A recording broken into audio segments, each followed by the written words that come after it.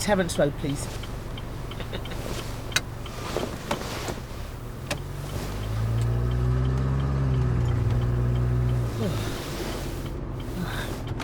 What a day.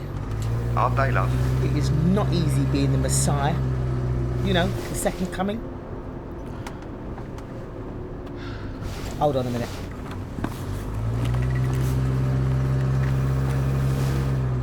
Do you recognise me now?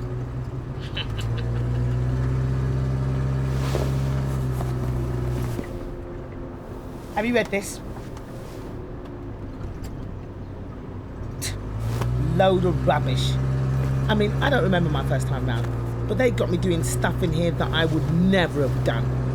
And the Old Testament, they made my dad to look really vengeful. It's ridiculous. I suppose that's God, is it? That's right, long, grey, wispy beard. Have you met him? Look, love, I don't need all this. Look, I'm only messing about, alright? I'm having a laugh with you. Long, grey, wispy beard.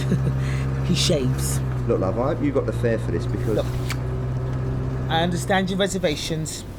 I get it all the time.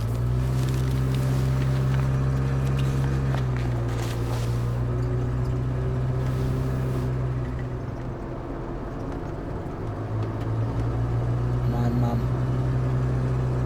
Bless her. She's gone now. My mum got really worried about me. Really worried. Even took me to a doctor. He was a religious man, but he didn't notice a thing. Told my mum to stop worrying. But she never.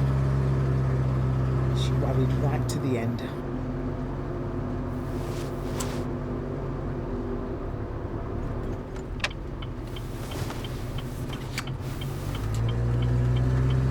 You know, when I was 12, I was on a bus going to school. This bloke gets on, starts giving it all this rubbish about fire and brimstone and sin, and I was getting really, really annoyed. I mean, I couldn't just sit there. I was a kid and I just completely lost it. Got up, got my bag and smacked him round the head with it. Bam, like that. And then he really started yelling, "You're all exorcist on me. The hell's fires will rain upon you. The Lord will smite you." Smacked him again, even harder this time. Bam! And then he scurried off the bus like a little crab. And you know what? The people on the bus started clapping and cheering and patting on the back. And you know what happened then? A really strange thing. That was when I realised who I was. And I started to cry. I got off the bus at the next stop. Saw a church across the road. Now, I'd gone past that church a million times on my way to school, and it never meant anything to me. But this day, I just found myself drawn to it. I went in, and I found a painting of myself, and I sat there all day, just staring at this painting. And then, I went home, and I found this on my mum's mantelpiece. That's me. I sat there all week looking at this picture. Me. All week. Then I got hungry, needed to go to the toilet. But my life was never the same.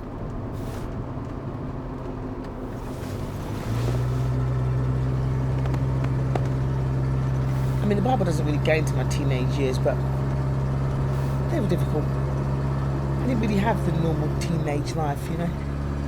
Boyfriends, friends. I mean, there were people that I hung out with, but I never really saw them as my friend. And I don't think they saw me. I was always on the outside, sort of looking in. I never felt like I was part of the gang. People just didn't really want to know me. When I was a kid... No, go on. Well, we used to go down this caravan site. Sheppey, I think it was. Anyway, I was a right little sod. I used to play my mum up something wrong. One day I was getting on her nerves and she said to me, "Oh, Paul, for God's sake, go and sit under the caravan."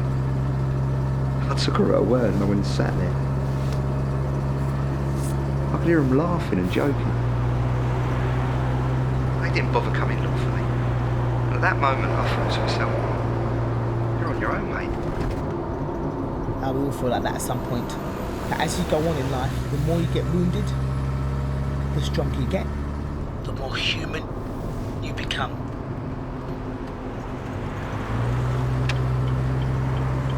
So what happens next then? Oh, Armageddon. I'll be rolling up my sleeves. Terence Road, whereabouts you want? Here's fine.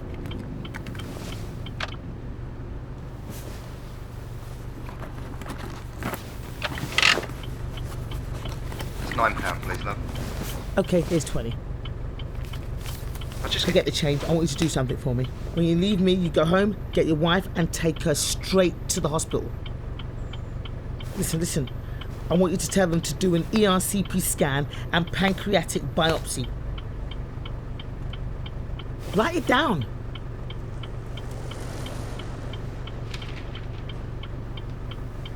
ERCP. Pancreatic biopsy. Promise you'll do this for me? Look me in the eye and promise you'll do this. Good.